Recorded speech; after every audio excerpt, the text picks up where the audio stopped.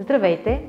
Аз съм Нели Дългарова и днес ще поговорим за свойствата на канген водата.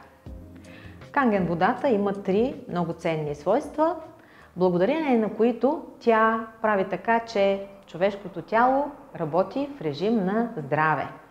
То успява да се справи с възпалителните процеси, успява да балансира своето pH, успява идеално да се хидратира и детоксикира. Второто свойство на канген водата е, че това е една алкализирана вода.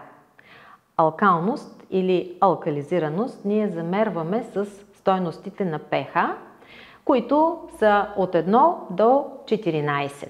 И според това какво сме замерили, казваме, че дадена течност е киселинна, друга неутрална, трета алкална. Защо обаче е важно ние да приемаме алкална вода?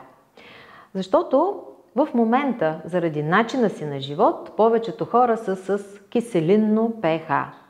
Това не е добре, защото е предпоставка за тежки заболявания. И ако ние приемаме алкална вода, бихме могли с нея да балансираме своето pH. Именно това ще видим сега с вас. Аз ще използвам един течен реактив. С този реактив ще накапя по няколко капчици във всяка от чашките. Тук имаме наляти водички и според ето тази скала ще се ориентираме коя водичка каква е по отношение на pH-то. Накапвам няколко капчици в първата вода. Накапвам няколко капчици във втората. Третата. Четвъртото е газирана напитка. Чешмяна вода и канген водата.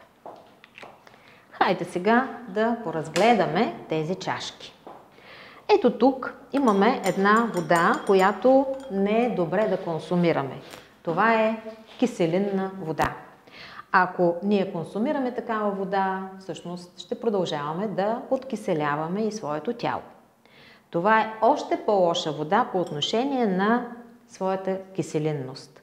Виждате, това са цветовете на киселинната вода.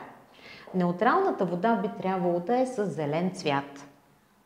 Ето тук следващата вода не е с зелен цвят, а тя по стандарт би трябвало да бъде с такъв зелен цвят, да бъде неутрална, защото това е детска водичка. За децата водите трябва да бъдат неутрални, за да не се преалкализират те. Тази напитка, газирана, е също с лош цвят. Ето, тя е киселинна.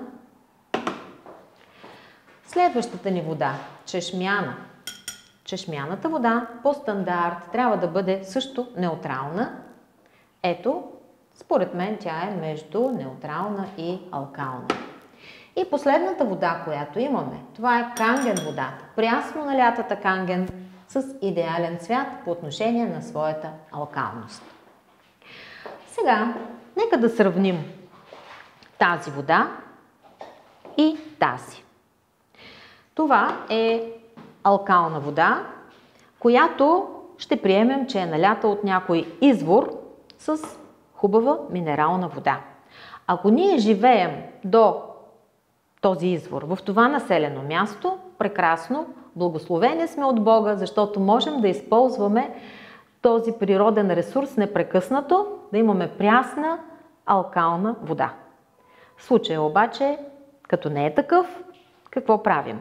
Купуваме си тази алкална вода в пластмасов съд. Какво е пластмасата? Петролен продукт. Отделя вредни вещества, канцерогенни вещества. Какво става, когато това шише престои 1 час на слънце? Давате си сметка, че в тази вода, която е алкална иначе, има и много химикали, които ще попаднат в нашето тяло и това няма да бъде добре за нас. Това е риск за нашето здраве.